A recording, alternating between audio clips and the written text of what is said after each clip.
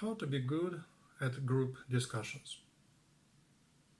Group discussions are a great way to get things done. You can explore a topic, come up with a plan of action, or solve an issue, just to name a few. To be good at group discussions, you have to contribute, but you also must help to keep the group going in a positive direction. If you are leading the group, it's your job to facilitate discussion and make sure the group stays on topic. Here are some methods how to do it. The first method, contributing to the discussion. Step 1. Come prepared. If at all possible, do your studying ahead of time. Read any materials that have been distributed, do any reading that was assigned. If you just have a general idea of the topic, spend some time researching the topic. In fact, it's a good idea to bring some notes with you, so you have something to refer back to in the discussion, particularly if you have evidence you want to discuss.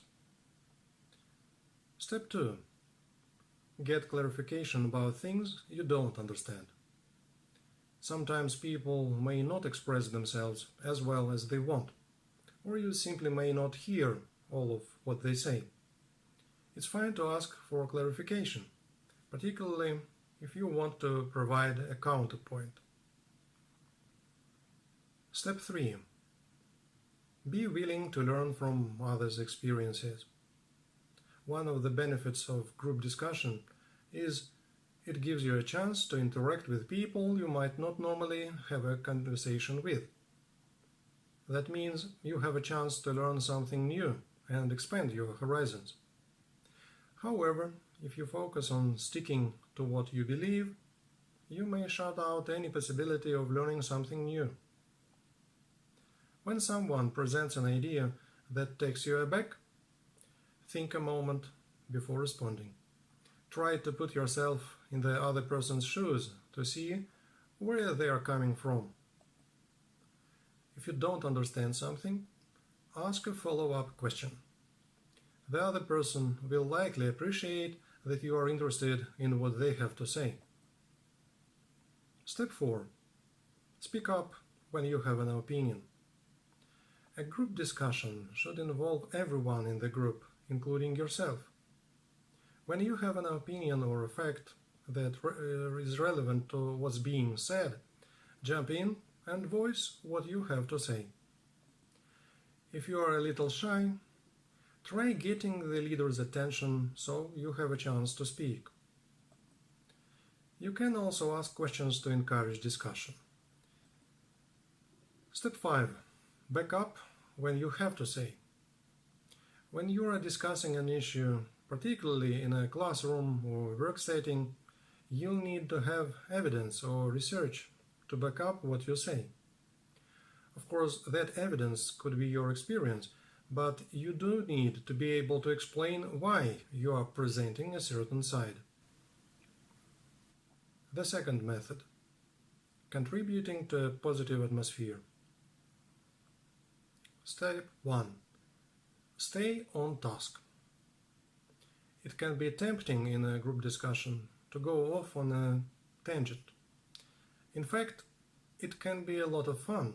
However, try to stay focused on the discussion at hand, so you and others will get the full benefit of the discussion.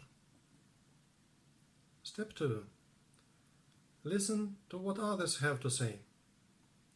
Being in a group discussion is not just about saying what's on your mind.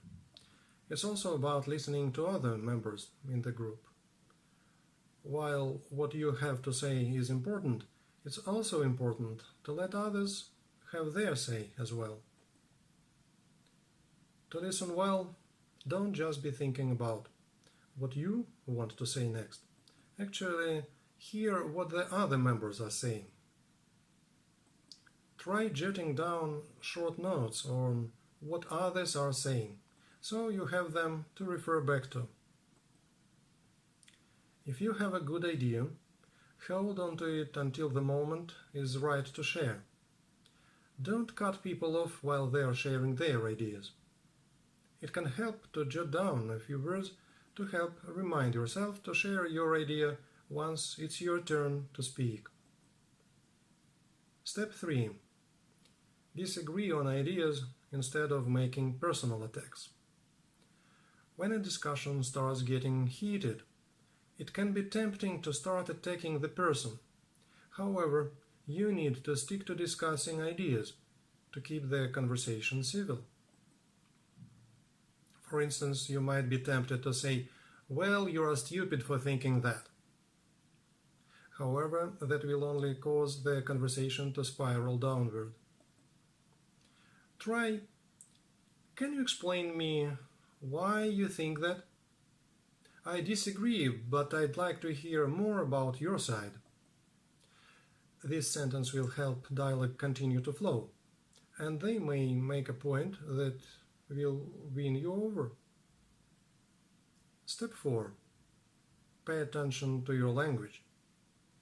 When making a point, include everyone with your language. Don't use sexist or racist language when speaking up, as it may make others feel excluded. For instance, try using chairperson instead of chairman. Say, "Can I get everyone's attention?" instead of "Ladies and gentlemen, can I get your attention?" The third method, leading group discussions. Step 1. Ask questions to initiate discussion. A discussion group may have trouble just taking off on a certain topic. Move the discussion along by asking open-ended questions to get people talking about the subject. Open-ended questions are ones that require more than a yes or no answer. You can ask exploring questions to get dialogue going, such as, "What do you think was meant by objectivity versus subjectivity?" Challenge questions can get a debate going, such as, "What assumptions is the author making? Do you think they are valid assumptions?" You can also ask questions about relationships, such as, "What are the similarities between these two ideas? What are the differences?" Diagnostic questions can be helpful as well, such as, "What do you think the author's motive was for this scene?" Step 2. Encourage each member to speak. As a leader, it's your job to help all the members in the group have a say. Some members will be shyer than others, which means you need to create a space for them to speak.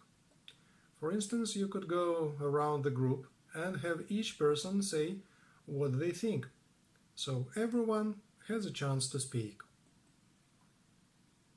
Step 3. Maintain an awareness of individual emotions. To be effective as a leader, pay attention to how each member is reacting to what's being said.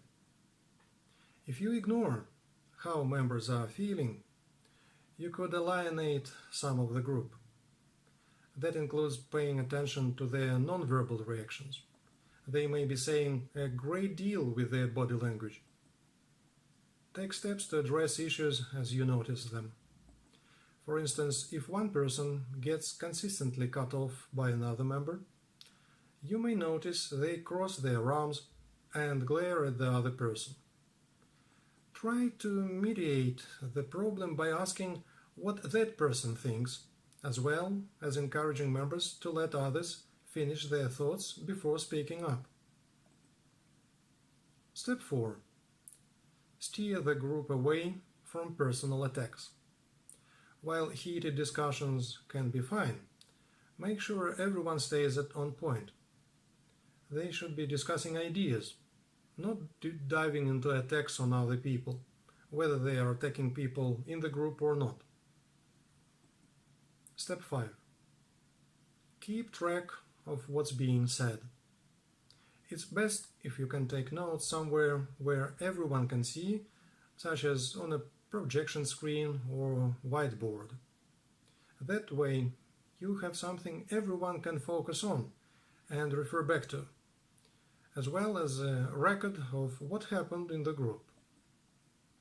If you prefer, you can ask a volunteer to do the note-taking. Step 6. Get out of the way of a functioning group.